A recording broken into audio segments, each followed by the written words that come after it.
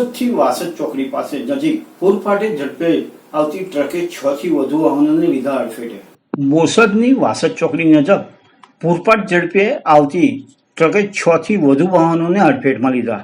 બોરસદની વાસદ ચોકડી પાસે ભાદરણ તરફથી પૂરપાટ ઝડપે આવતી એક ટ્રકે એક્ટિવા સહિત 6 જેટલા વાહનોને અડફેટે લેતા વાહનોમાં મોટું નુકસાન થવા પામ્યું છે.